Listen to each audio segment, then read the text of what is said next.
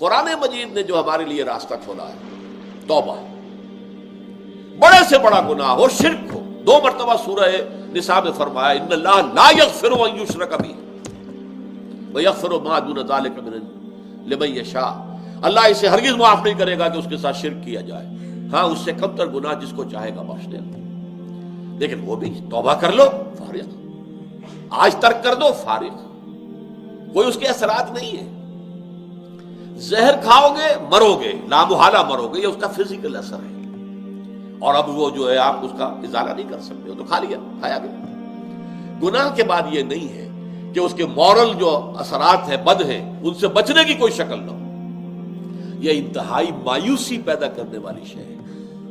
لہذا فرمایا الا من تاب، سوائے اس کے جو توبہ کرے۔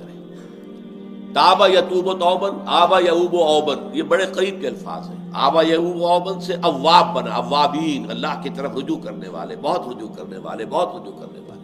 اللہم ربنا اجعلنا منہم۔ اسی طرح توابین، بہت توبہ کرنے والے، بہت توبہ کرنے والے، بہت توبہ کرنے والے۔ اس لیے فرمایا کہ کل بنی آدم خطاؤن، یہ حضور کی حدیث ہے، بہت ہے، تمام بنی آدم خطا کار ہیں۔ خطا تو در حقیقت مبالغے کا صیغہ ہے۔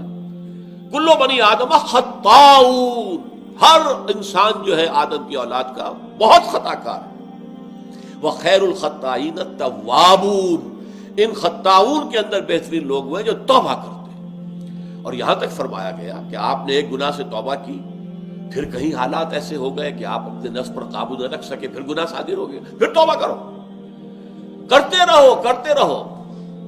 بہت پیارے جو اشعار ہیں یہ سربت کے ہیں۔ باز آ باز آ، ہر چے ہستی باز آ، گر کافرو گورو بت پرستی باز آ، این درگہ ماں درگہ نومیدی نیست، 100 بار اگر توبہ شکستی باز آ، آؤ لوٹو پلٹو، اور یہ کہ تم نے 100 مرتبہ بھی توبہ پہلے توڑی ہو تب پھر توبہ کرو، پھر باز آ جاؤ۔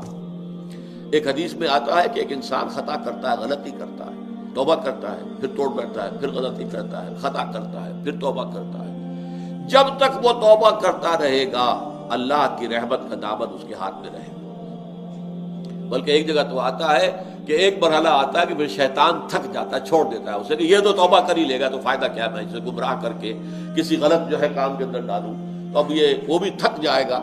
لیکن یہ ہے کہ اللہ تعالیٰ نے توبہ کا دروازہ بند نہیں کیا، اور اس سے سارا گناہ سائل۔ التائب من الذنب کمن لا ذنب لہ، کس قدر جامع الفاظ ہے۔ گناہ سے توبہ کرنے والا ایسا ہے جیسے اس نے کبھی گناہ کیا ہی نہیں تھا۔ یہ نہیں ہے یلقا اسامہ جو ہے اب اس کی پاداش تو لگی رہے گی، وہ گناہ کے اثرات تو چلیں گے، نسل بعد نسل چلیں گے، نہیں، اللہ تعالیٰ صاف کر دے گا، واضح کر دے گا۔ بلکہ آگے آ رہا ہے اللہ تعالیٰ اس کی برائیوں کو بھلائیوں سے بدل دے گا۔ نامہ اعمال میں جو اندراجات تھے کہ اس نے یہ گناہ کیا، یہ گناہ کیا، یہ گناہ، توبہ کی ہے، وہ سب صاف ہو جائیں گے، اس کی جگہ پر نیکیوں کا اندراج ہو جائے گا۔ اصل میں ہمارے ہاں بھی اس معاملے کے اندر جو ہے بڑی کوتاہی ہے بعض لوگوں کے ہاں۔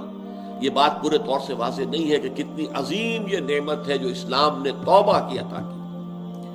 اس کے بارے میں آپ کو ایسی ایسی حدیثیں ملیں گی۔ یہ حدیث جو ہے میں جو آپ کو سنانے چلا ہوں یہ ہے متفق علیہ، بخاری اور مسلم دونوں میں، لیکن بخاری میں مختصر ہے، مسلم میں ذرا مفصل ہے۔ میں وہ روایت مسلم سنا رہا ہوں۔ للہ اشد فرحا بتوبۃ عبدہ حین یتوب الیہ من احدکم کان علی راحلتہ بارض فلات فانفلتت منہ وعلیہا طعامہ وشرابہ فایس منها فأتى شجرة فاستجع في ظلها وقد أيأس من راحلته فبينهما هو كذلك إذ هو بها قائمة عنده فأخذ بختامها ثم قال من شدة الفرح اللهم أنت عبدي وأنا ربك أخطأ من شدة الفرح۔ یہ صحیح مسلم کی روایت۔ فرماتے ہیں حضور اللہ کو اپنے گناہگار بندے کی توبہ سے جو خوشی ہوتی ہے، جو خوشی ہوتی ہے وہ اس شخص سے بھی بڑھ کر ہے جس کی اب مثال دے رہے ہیں۔ وہ مثال کیا ہے کہ ایک شخص لقودق صحرا میں سفر کر رہا تھا، ایک اونٹ پر تھا، اونٹ ہی پر اس کا جو ہے جو راشن ہے کوئی کھانے پینے کے لیے وہ بھی سامان ایک طرف کو لٹکا ہوا ہے، اور پانی بھی ہے، پانی بھی لٹکا ہوا ہے، چھاگل ہے، کچھ ہے، پانی بھی اسی پر۔ کہیں تھوڑے دیر کے لیے رکتا ہے اور وہ رک کر وہاں پر آرام کر رہا کسی درخت کے نیچے۔ اب آنکھ کھولی تو دیکھا اونٹ غائب۔ اس اونٹ ہی کے اوپر اس کا کھانا بھی ہے، اس کا پانی بھی ہے، وہی سواری بھی ہے۔ وہ دوڑتا ہے شمال میں، جنوب میں، مشرق میں، مغرب میں، دوڑ دوڑ کے کہیں اس کا نشان نہیں مل رہا۔ مایوس ہو کر ایک درخت کے سائے میں بیٹھ جاتا ہے، گویا کہ موت کے انتظار میں، کہ اچانک دیکھتا ہے کہ اونٹ تو ہے، کھڑا ہے، موجود ہے۔ اب جو اس پر جسے کہتے ہیں شادی مرگ، اتنی خوشی طاری ہوئی اس پر، اتنی خوشی طاری ہوئی کہ وہ کہنا تو چاہتا تھا، اے اللہ میں تیرا بندہ تو میرا رب، کہہ یہ بیٹھا، اے اللہ میں تیرا رب تو میرا بندہ۔ یعنی جو اس طریقے سے اتنا وہ پاگل ہو گیا اس وقت اپنی خوشی کی وجہ سے، فرط مسرت میں، کہ وہ اتنی بڑی غلطی کر بیٹھا کہ اس نے یہ کہا، اللہم انت عبدی، تو میرا بندہ ہے، وانا ربک، اور میں تیرا رب۔ یہ خوشی کا تصور کیجیے۔ اس طرح بائبل کی بڑی پرانی سٹوری ہے، دی پروڈیگل سن۔ ایک شخص کے کئی بیٹے تھے، ان میں سے ایک بیٹا نٹ کھٹ تھا، شریر تھا۔ اس نے کہا میرا تو ابھی وراثت کا حصہ جو ہے منتقل کر دو مجھے۔ وہ زبردستی اپنا حصہ لے کے جو ہے وہ چلا گیا، پھر سارا عیش و عشرت میں اڑا دیا۔ اب وہ بالکل مفلوق الحال ہو گیا، کوئی پیسہ پاس نہیں تھا۔ اب وہ باہر چاروں چار جائے گا کہاں؟ کل شعین یرجع الی اصلہ، آیا باپ کے پاس۔ باقی بیٹے اس کے جو کاروبار کر رہے تھے یا جانور پال رہے تھے، سب کچھ اس کے پاس تھے۔ اب باپ نے اس بیٹے کی آمد کی خوشی میں جشن منایا، دعوت کی۔ بیٹوں نے شکایت کی، ابا جان یہ آپ کا وہ شریر بیٹا جو زبردستی اپنا سارا حصہ لے کے چلا گیا تھا، اور اس کی آپ اتنی آؤ بھگت کر رہے ہیں۔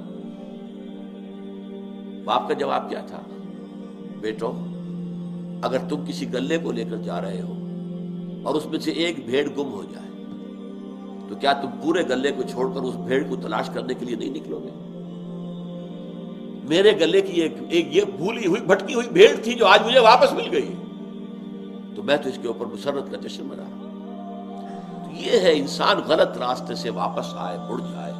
التائب من الذنب کمن لا ذنب له، اور اس کے لیے فرمایا ہے جب تک موت کے آثار شروع نہ ہو جائے، ما لم یغرغر، جب یہ جان جو ہے یہاں آ کر ہنسلی میں اٹک جائے، کلا اذا بلغت التراقی وقیل من راق وظن انہ الفراق، یہاں اس کے بعد تو موت کا دروازہ، توبہ کا دروازہ بند۔ اسی طریقے سے جب آثار قیامت شروع ہو جائیں گے، اور ان میں علامات قیامت بہت سی ہیں، صغیر بھی ہے، کبیر بھی ہے، بڑی بھی ہے، تو وہ جو اکبر العلامات ہیں، جو سب سے زیادہ بڑی، ان میں سے سورج کا مغرب سے طلوع ہونا ہے۔ جب وہ ہوگا تو توبہ کا دروازہ بند ہو جائے گا۔ اب اس کے بعد کسی انسان کے توبہ کرنے کی کوئی حیثیت نہیں ہوگی۔ لیکن جب تک موت جو ہے وہ اس طریقے سے قریب نہیں آ گئی ہے، یا قیامت اس درجے قریب نہیں آ گئی، اس وقت تک موت کا دروازہ کھلا ہو۔